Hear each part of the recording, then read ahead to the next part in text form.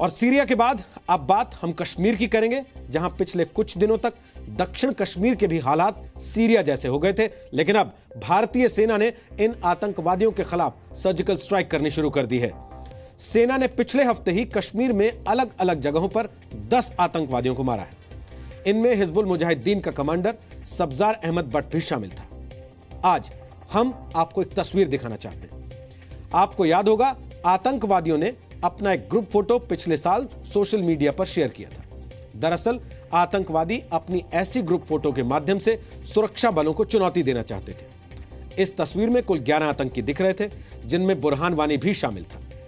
आपको यह सूचना देते हुए हमें बहुत खुशी हो रही है कि इस ग्रुप फोटो में शामिल एक आतंकी को छोड़कर बाकी सबका खात्मा हो चुका है। सुरक्षा बलों ने आतंकवादियों की इस खुली चुनौती को स्वीकार किया था और 1 वर्ष के भीतर ही इन आतंकवादियों को मार डाला। बुरहान वानी तो पिछले साल ही मारा गया था। 27 तारीख को सब्जार अहमद बट को भी सुरक्षा बलों ने मार डाला। वहीं एक आतंकवादी तारिक पंडित ने सुरक्षा बलों के सामने हथियार डाल दिए, यानी सरेंडर कर दिया। केवल एक आतंकवादी सद्दाम अभी भी जिंदा है और जिस तेजी से सेना कार्रवाई कर रही है, उससे यह संभावना है कि यह भी बहुत जल्द अपने अंजाम तक पहुंच जाएगा। इस बीच सेना ने लगभग 12 आतंकवादियों की एक और लिस्ट भी तैयार कर ली है। इस लिस्ट में जो आतंकवादी हैं, वो पिछले कुछ समय से कश्मीर में सुरक्षा बलों और निर्दोष लोगों पर हमले करते रहे हैं। इन आतंकवादियों ने बैंक लूटे हैं, घाटी के अमन चैन को भी बर्बाद किया है। अब आप इंतजार कीजिए कि जब ये सभी आतंकवादी या तो पकड़े जाएंगे या दूसरे आतंकवादियों की तरह सेना की गोलियों का निशाना बनेंगे, क्योंकि इन आतंकवादियों के पापों का घड़ा भर चुका है। वैसे जब कश्मीर में किसी आतंकवादी की मौत आती है तो वो बहुत डरपोक हो जाता है। ये आतंकवादी दावे बेशक बड़े बड़े करते हो, कश्मीर में बहुत से लोग इन्हें बेशक अपना हीरो मानते हो, लेकिन ये हैं बहुत डरपोक। ऐसा ही एक डरपोक आतंकी था सब्जार अहमद बट। 27 मई को सेना के साथ एनकाउंटर में सब्जार मारा गया, लेकिन आपको जानकर हैरानी होगी कि 10 घंटे तक जो एनकाउंटर चला, उसमें सब्जार पत्थरबाजों से अपनी जान बचाने की विनती कर रहा था।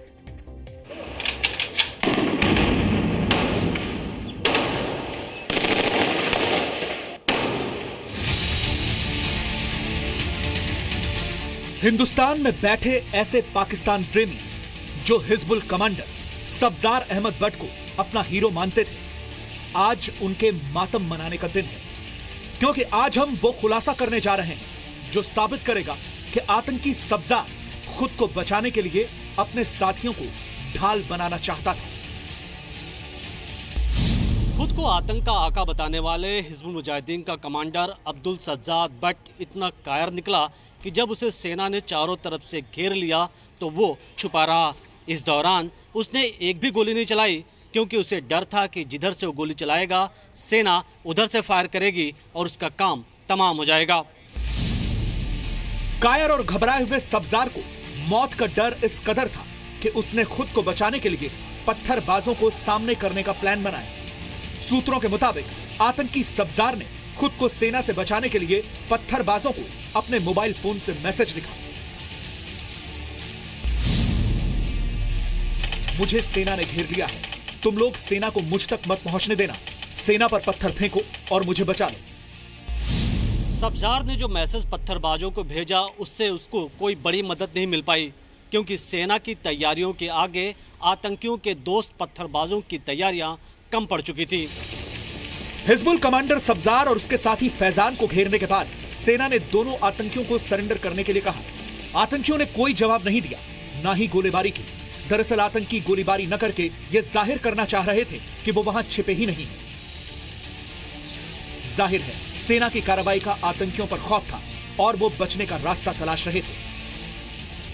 वो अपना इमेज सिर्फ सोशल मीडिया पर प्रोजेक्ट करते हैं। वो फटीक पहन लेते हैं, कॉम्बैट ड्रेस, एक AK-47 राइफल उठा के अपनी फ़ोटो खिंचवाते हैं, लेकिन वास्तविकता कुछ और ही होती है। वो भी डरते हैं, जैसा कि आपने बताया, साफ ज़ाहिर के बजाय इसके कि आर्मी का सामना करे, वो तो इसी बात पर लगा रहा है कि मेरे को बचाओ, किसी तरह पत्थरबाजों को भेजो। आतंकी सब्जार और उसके साथी फैजान को बाहर निकालने के लिए अब सेना ने दूसरा तरीका अपनाया। जिन 3 घरों में सब्जार और उसके साथी के छिपे होने का डर था, उनमें से एक घर में सेना ने पाइप के जरिए पेट्रोल डाला। ताकि आतंकी में डर पैदा हो कि जिस घर में वो छिपे हैं सेना उसमें आग लगा देगी। लेकिन आतंकियों की ओर से कोई हलचल नहीं हुई। फिर आतंकवादियों को डराने के लिए सेना ने दूसरे घर में पेट्रोल डाला। इस बार भी आतंकियों की तरफ से कोई प्रतिक्रिया नहीं हुई। लेकिन जब सेना ने पाइप के जरिए तीसरे घर में पेट्रोल डाला और आग लगा दी, तब दोनों आतंकी बाहर निकलकर भागे। सेना ने ऑपरेशन रात में करीब 9 बजे शुरू किया था और जब हिजबुल मुजाहिदीन के कमांडर सब्जार अहमद भट्ट और उसका साथी फैजान बाहर निकले तो सुबह के 8:30 बज चुके थे। यानी सेना ने उन्हें सरेंडर करने का हर मौका दिया था।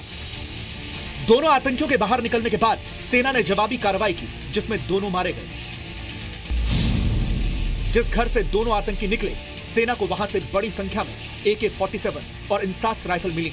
भारी मात्रा में गोला बारूद भी मिला है और युद्ध जैसे हालात में इस्तेमाल किए जाने वाले कई हथियार मिले हैं। जो लोग सब्जार को अपना कमांडर बता रहे थे, वो जान लें, सब्जार कमांडर नहीं कायर था।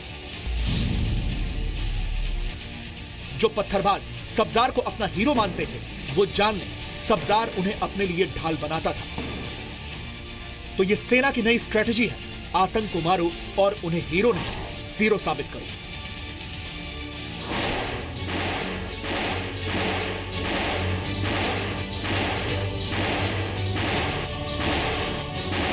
सब्जार की तरह ही उसके इन 12 साथी आतंकियों को धरती की जन्नत यानी कश्मीर से जहन्नुम भेजने का टिकट कर चुका है।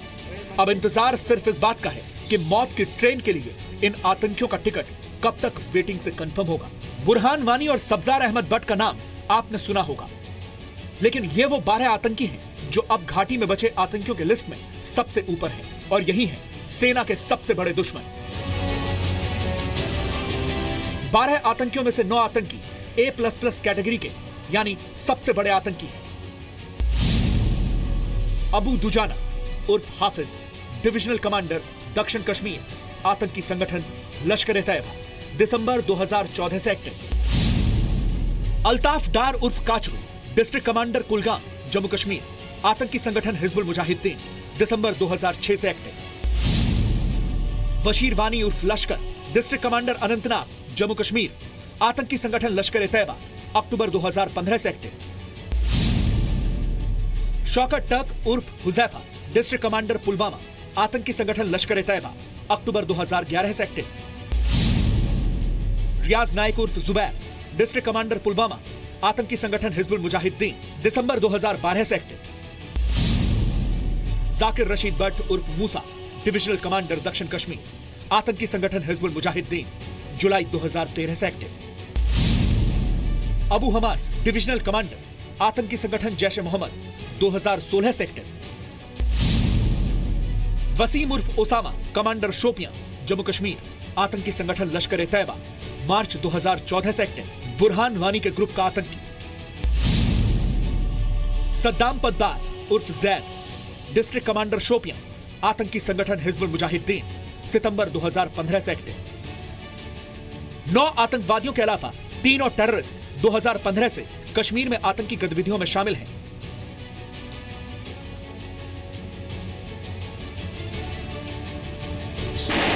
अब कश्मीर में सेना के डर से आतंकियों में भगदड़ मची हुई है।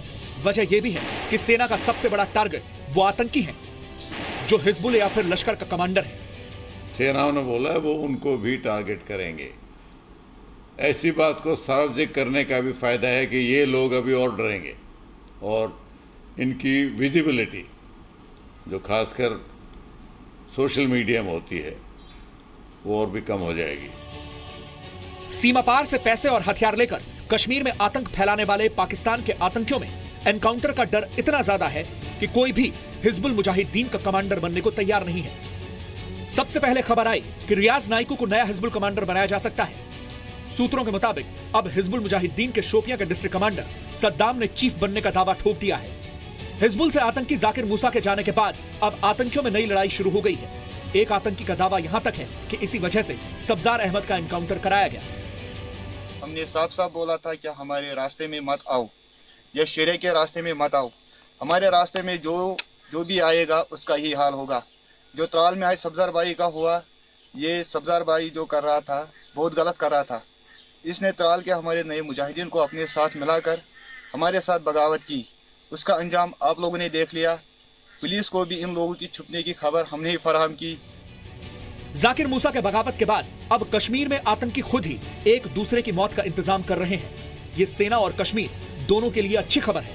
सूत्रों के मुताबिक अभी दक्षिण कश्मीर में 200 आतंकी एक्टिव हैं। पुलवामा जिले में 21 आतंकी हिजबुल के नाम पर आतंक फैला रहे हैं।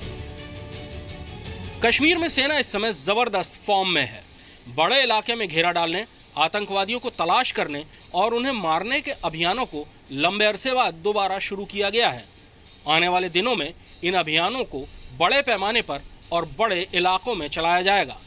सेना के सूत्रों का यह भी कहना है कि आतंकवादियों की तलाश में निकलने वाली पार्टियों को उन इलाकों तक अपनी पहुंच बनाने के निर्देश दिए गए हैं जहां लंबे अरसे से ऑपरेशंस नहीं हो रहे थे और इसलिए आतंकवादियों और उनके समर्थकों ने वहां अड्डे बना लिए थे। जाहिर है आने वाले दिन आतंकवादियों के लिए और बुरे साबित होने वाले हैं।